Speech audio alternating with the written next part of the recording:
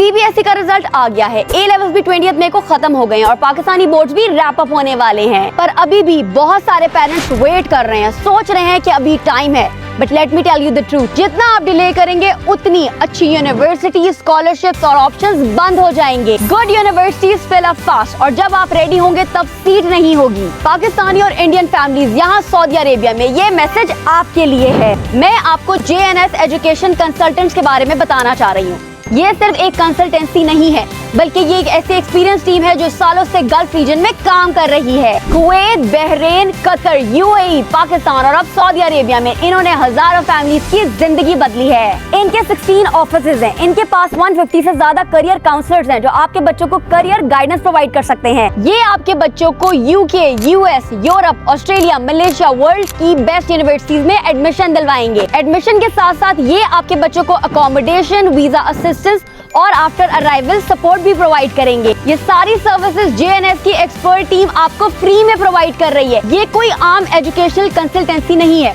बल्कि ये एक रजिस्टर्ड और अप्रूव्ड एजेंसी है जो कि यूनिवर्सिटी के साथ कोलैबोरेट करती है। तो अब आप और वेट मत करें, walk into their office right here in Olaya in Riyadh. और if you are from other parts of the region, contact them on their number that's given right in the caption below. एक free consultation जिससे आपके बच्चों का future clear हो सकता है। ये चांस मत छोड़ना।